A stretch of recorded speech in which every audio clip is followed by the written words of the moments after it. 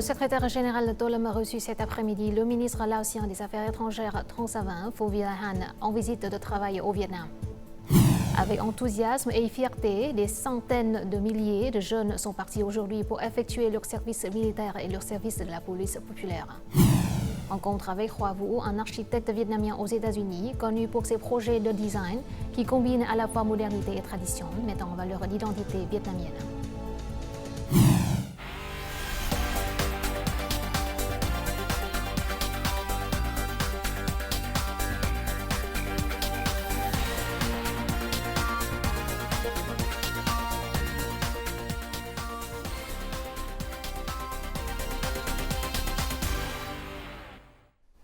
Mesdames, Messieurs, bonjour, bienvenue au journal francophone. Dans le cadre de sa 9e session extraordinaire, l'Assemblée nationale a écouté cet après-midi des rapports concernant le projet de résolution visant à expérimenter certains mécanismes et politiques spécifiques pour le développement du réseau du métro à Hanoï et à Ho Chi Minh Ville. Auparavant, l'Assemblée nationale a entendu le rapport sur la politique d'investissement du projet de construction du chemin de fer à Lào Cai, Hanoï et Hải Phòng. Ce projet devrait passer par 9 provinces et villes avec une longueur d'environ 390 km. Il vise à répondre aux besoins de transport national et international entre le Vietnam et la Chine. L'investissement total est d'environ 8,37 milliards de dollars américains et devrait être pratiquement achevé d'ici 2030. Le secrétaire général Tolem a reçu cet après-midi le ministre laotien des Affaires étrangères Tran Phoviahan en visite de travail au Vietnam. Le leader a apprécié la coordination dans la direction des deux polybureaux, la gestion des deux gouvernements ainsi que les efforts des deux ministères des Affaires étrangères pour promouvoir la mise en œuvre effective des accords bilatéraux de haut niveau. Le ministre Tran Phoviahan a affirmé que le Laos coopérerait étroitement avec le Vietnam pour mettre en œuvre les accords de haut niveau, en particulier l'accord entre les deux polybureaux et le mémorandum d'accord de la 47e réunion du comité intergouvernemental Vietnam-Laos. Cet après-midi, le Premier ministre Pham Minh Chinh a reçu M. Renato Costa, directeur général d'une société relevant de JBS SA Brésil, la plus grande société de transformation de viande, de bétail et de volaille au monde. Le Premier ministre a hautement apprécié le partenariat stratégique entre le Vietnam et le Brésil, qui affiche un chiffre d'affaires bilatéral atteignant l'année dernière environ 8 milliards de dollars. Pham Minh Chinh a demandé aux entreprises brésiliennes de promouvoir les négociations et la signature de l'accord de libre-échange Vietnam-Mercosur et a proposé que le Brésil reconnaisse bientôt l'économie du marché du Vietnam. M. Renato Costa, de son côté, a apprécié la forte croissance du marché vietnamien et s'est engagé à augmenter les investissements au Vietnam dans les domaines à fort potentiel comme l'élevage, la transformation de la viande, la transformation du café et l'agriculture de haute technologie. En 2024, le textile habillement et les chaussures étaient les deux industries ayant enregistré un chiffre d'affaires à l'exportation de plus de 70 milliards de dollars. Cette année, pour atteindre l'objectif de croissance de plus de 10%, chaque entreprise se concentre à accroître la production, à maintenir les commandes ainsi qu'à stabiliser les ressources en main-d'œuvre. Tout de suite, les détails. Juste après les vacances du Tết, cette entreprise s'est préparée à terminer la commande de 500 000 paires de chaussures à exporter vers les marchés américains et européens. Cette année, pour atteindre l'objectif d'exportation de 2 millions de paires de chaussures, elle s'efforce de stabiliser les commandes et la main-d'œuvre. Notre objectif est d'augmenter d'environ 9 à 10% par rapport à 2024. Des commandes ont été signées jusqu'à fin 2025. Mais sans main-d'œuvre, la production ne sera pas possible. Pour atteindre l'objectif de production de cette année, une main-d'œuvre stable est un facteur vital pour notre entreprise. Quant à cette entreprise de textile et de vêtements, elle a réalisé en 2024 un chiffre d'affaires d'exportation de 4 700 milliards de dong. Cette année, elle prévoit d'augmenter sa production et de recruter dès le début de l'année. En 2025, nous devons recruter de 3 000 à 5 000 ouvriers pour les usines à Tai Binh, Thanh Hoa, Hoang Binh et Hanoï pour augmenter la capacité de production et assurer les commandes signées. Nous visons une croissance à 2 chiffres. Les travailleurs ont le droit de choisir le secteur d'activité qui leur convient en termes de salaire et d'horaire. L'industrie textile vietnamienne prend un jour de congé complet le dimanche. Les horaires de travail pendant la semaine seront de 9h à 9h30 par jour au lieu de 11h comme auparavant. Ce sont les facteurs fondamentaux pour continuer à attirer les travailleurs. L'une des exigences importantes des accords de libre-échange auxquels le Vietnam participe est de garantir les avantages fondamentaux et les conditions de travail, ainsi que les droits des travailleurs. La bonne mise en œuvre de cette exigence aidera les entreprises du textile et de la chaussure à profiter des avantages du développement.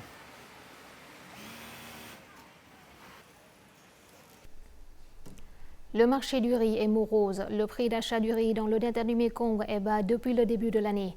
La raison en est que l'offre continue d'augmenter dans de nombreux pays, tandis que les principaux pays importateurs prévoient d'augmenter leur production. Selon l'Association alimentaire vietnamienne, les prix du riz sont régulés par l'offre et la demande. Et le riz parfumé et de haute qualité a toujours son propre marché. Grâce à cela, le prix de ce type de riz reste toujours satisfaisant. Environ 100 tonnes de riz de cette entreprise sont sur le point d'être livrées en Europe. Grâce à la transformation de lignes de riz parfumé, elle maintient toujours des prix de vente stables. Nous vendons ce lot de riz jasmin pour $600 par tonne. Dès le début de la nouvelle année, nous avons signé une nouvelle commande. Il y a 5 ans, le riz de spécialité était principalement consommé sur le marché intérieur, mais il a désormais conquis les supermarchés en Europe. Cela montre qu'investir dans l'amélioration de la qualité est la clé pour aider le riz vietnamien à aller plus loin. Le riz biologique produit de manière propre, verte et à faible émission se vend à plus de $1000 la tonne. Cette usine vient d'augmenter ses bénéfices de plusieurs millions de dollars par commande grâce à des investissements dans la production de riz de haute qualité. L'Australie vient de nous verser environ $40 millions pour une production de riz à zéro émission. Ce sera la motivation pour nous d'élargir la production et la transformation. Nous devons multiplier les rizières à faibles émissions dans le cadre du projet d'1 million d'hectares pour garantir des produits de haute qualité et durables. En janvier dernier, les exportations de riz ont atteint plus de 500 000 tonnes pour une valeur de $308 millions. Selon les entreprises, dans les prochains mois, les appels d'offres d'importation rouvriront. Avec une production abondante et une qualité améliorée, les exportations de riz du Vietnam atteindront de nouveaux records. Notre journal continue avec les taux de change et l'indice de la bourse du Vietnam.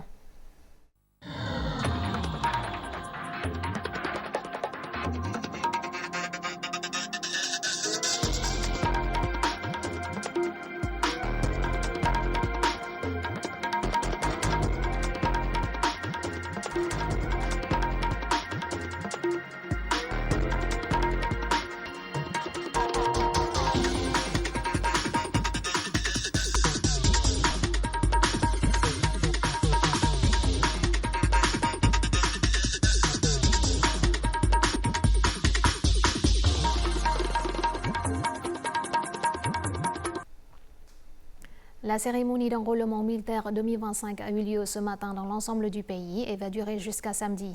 Cette année, plus de 100 000 jeunes accomplissent leur service militaire et leur service dans la police populaire. Avant de partir, les nouveaux soldats sont tous remplis d'émotion et de fierté. 2 heures avant la cérémonie d'enrôlement, les nouvelles recrues et leurs familles sont rassemblées. Lê Trường Giang vient de terminer ses études universitaires en administration des affaires à Singapour. Juste rentré au pays, il a postulé pour participer au service militaire. Je rejoins l'armée pour avoir une version plus forte et plus mature de moi-même. Ma devise est l'enseignement du président Ho Chi Minh, rien n'est difficile, il suffit de craindre que le cœur ne soit pas persévérant. Un son de tambour pour ouvrir la cérémonie d'enrôlement des soldats. La flamme est allumée, rappelant à la génération d'aujourd'hui de promouvoir la tradition de combat tout au long de la longue histoire de la nation. Des générations de jeunes Vietnamiens sont partis au front pour défendre la patrie, accomplissant toutes les tâches confiées par le parti, l'État, l'armée et le peuple. Je m'efforce de devenir un excellent policier pour perpétuer la tradition de nos ancêtres, en particulier pour rendre mes parents fiers. Je ferai de mon mieux pour contribuer à la police populaire et aux personnes qui m'entourent. Hanoï et Ho Chi Minh Ville sont les deux localités ayant le plus grand nombre de recrues, avec plus de 4000 personnes. Cette année, les critères de santé, de niveau d'éducation et de conscience politique sont plus exigeants. Les recrues auront 10 jours pour la mise à jour des connaissances sur l'armée. Puis, 3 mois d'entraînement, au cours desquels ils acquerront les compétences nécessaires, les tâches militaires, les éléments essentiels et les compétences technico-tactiques nécessaires. Après 3 mois, ils seront confiés aux unités militaires pour accomplir leurs tâches. Au cours des 2 prochaines années, ces jeunes hommes et femmes suivront un cours spécial dans la grande école de l'armée et de la police, mettant à l'épreuve leur courage et forgeant leur bravoure.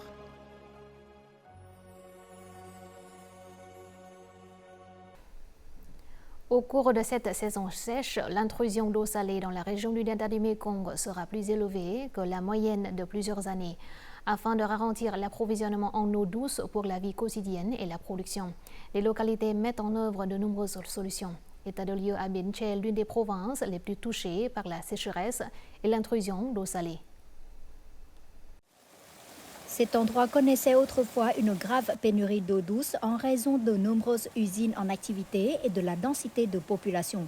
Pour y répondre de manière proactive, cette localité a investi et mis en service un pôle de traitement des eaux. Nous pouvons fournir de l'eau douce pendant la saison sèche pour les zones industrielles de Jaolong et de Tan Phu. Pour faire face à la salinité, de nombreux ménages stockent et utilisent l'eau de manière économique afin de garantir l'eau douce pour la vie quotidienne et la production. Je stocke l'eau de pluie. Le nettoyage quotidien et la cuisine nécessitent aussi une consommation d'eau limitée. Nous avons construit de petits ponceaux et des barrages temporaires dans chaque zone afin de garantir les sources d'eau.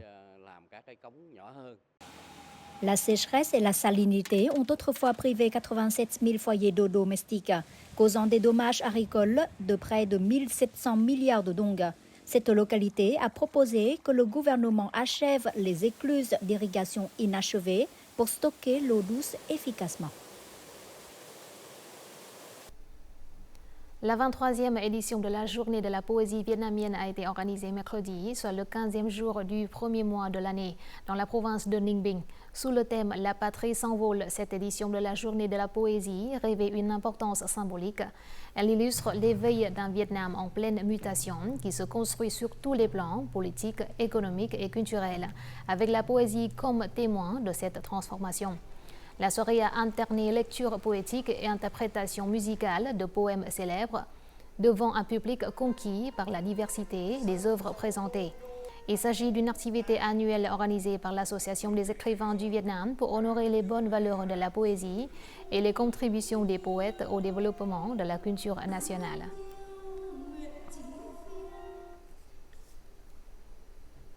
Ces dernières années, la musique vietnamienne a suscité une attention croissante à l'échelle mondiale. La musique sert de passerelle, aidant les étrangers à découvrir et à tomber amoureux du Vietnam, même ceux qui n'y sont jamais allés.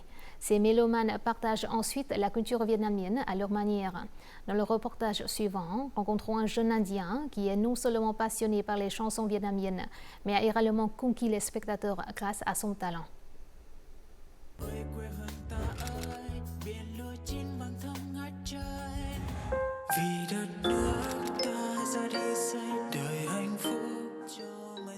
Voici Raoul Kumar, un jeune ingénieur informatique indien qui n'est jamais allé au Vietnam ni n'a suivi de cours de vietnamien, mais qui peut chanter des chansons vietnamiennes avec brio et émotion.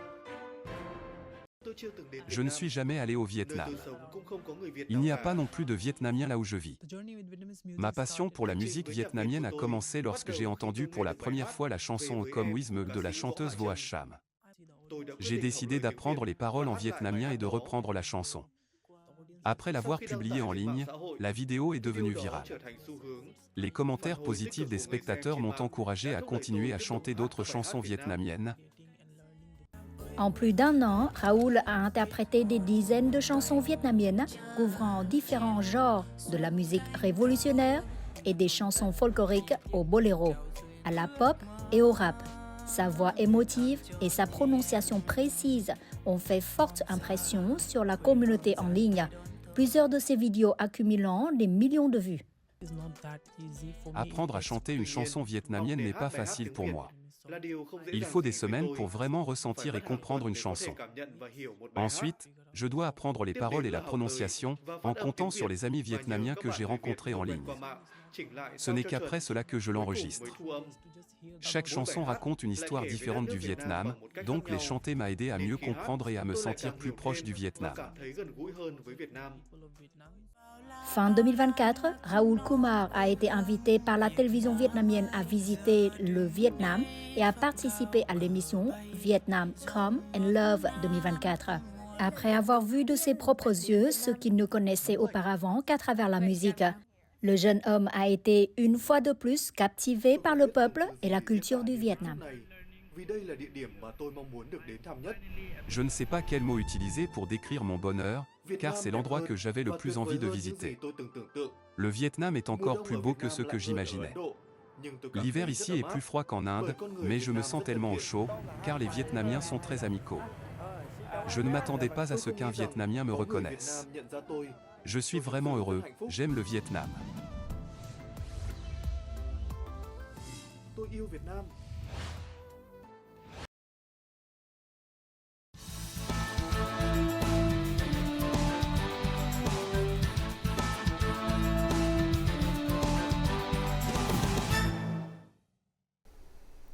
Combinant l'art et la technique, la tradition et la modernité, Hoa Vu, un architecte vietnamien aux États-Unis, a réussi à introduire l'identité, la culture et les particularités de l'architecture de son pays natal dans ses designs. Par des créations, il démontre son lien étroit avec l'origine et l'identité vietnamienne. Nous le rencontrons sans plus tarder. Diplômé de l'Université de Californie à Berkeley et titulaire d'une maîtrise en architecture de la Harvard, Hoa Vu fait sa marque sur la scène mondiale. Son talent lui a valu de rangs de distinction, notamment le prix Eisner pour la création architecturale et le prix Arando Kosuta pour l'excellence en design. Tout en maîtrisant les principes architecturaux occidentaux, Hoa reste fortement attaché à ses racines, intégrant les formes gracieuses des maisons et des temples communautaires vietnamiens dans ses créations. Son projet le plus remarquable, le théâtre Rhythm Music Performance, est le premier grand théâtre de Rochester depuis des décennies.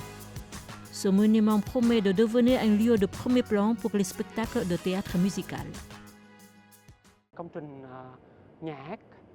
Le design du théâtre de Rochester, en construction à New York, est le premier projet auquel j'ai participé.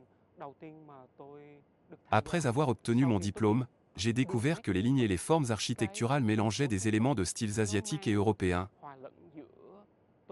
Ce théâtre a un caractère oriental distinctif. Cependant, il peut devenir un site emblématique de la ville. Au fur et à mesure de la conception, j'ai remarqué que les courbes douces des lignes ressemblaient beaucoup aux maisons communales du Vietnam. Subtiles et discrètes, elles ont une identité distinctive. Basée sur les interactions avec la météo et la nature, le design génère un effet de brume, m'inspirant à créer une forme d'architecture imprégnée de l'essence du brouillard.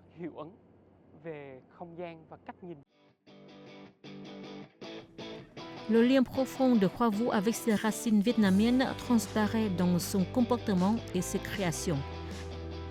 Sa thèse de maîtrise à Harvard en est une illustration. Il a réimaginé la gare de Da Lat en un centre culturel et de laboratoire pour l'avenir agricole de la ville. Elle comprend un lac flottant artificiel de 106 mètres, reflétant la gare et évoquant l'image familière de Da Lat. Le lac sert à la fois d'élément artistique et de réservoir d'eau pour la recherche agricole. Il interagit également avec le climat pour générer du brouillard, nous rappelons que la brume caractéristique de Da Lat est en train de disparaître. Avec ce projet, Hoa Vu continue de découvrir ses capacités en architecture tout en restant fidèle à son héritage vietnamien.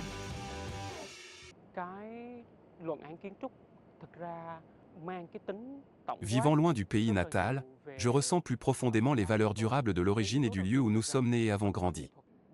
À chaque projet, je reviens à ces principes fondamentaux. Ma thèse d'architecture est une vaste exploration de 3 éléments clés. Le premier est la culture et l'art. En grandissant à Dala, j'ai été immergé dans la culture vietnamienne, qui est toujours en harmonie avec la nature. Aujourd'hui encore, cette philosophie influence toutes mes conceptions.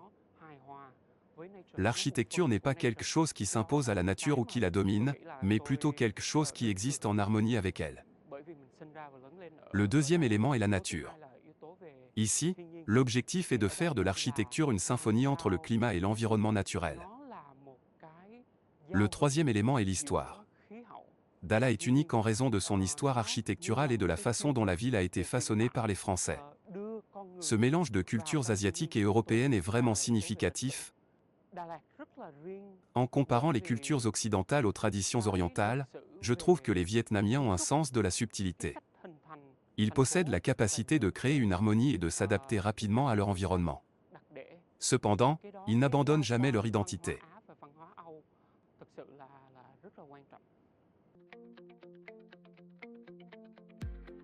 Hoa Vu s'est fait connaître au Japon, en Suisse et aux États-Unis avec des projets notables tels que l'exposition Alexander McQueen au LACMA et le Music Performance Hall de Rochester. Tout au long de ces 15 années aux États-Unis, l'architecture et l'innovation ont toujours été sa force motrice. Passionné par le remodelage de l'espace et le dépassement des limites, Hoa contribue non seulement à renouveler le visage de l'architecture vietnamienne, mais inspire également la prochaine génération.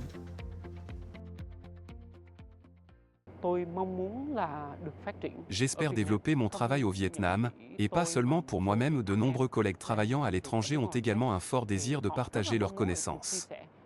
Ce qui nous manque actuellement, ce sont des plateformes de connexion. Deuxièmement, à l'avenir, je souhaite créer un bureau où la pratique architecturale et l'exécution de projets iront de pair avec la recherche architecturale. On peut dire que ce serait un laboratoire au sein du bureau, dédié uniquement à la recherche architecturale. Cette approche créerait un modèle d'architecte plus durable et substantiel.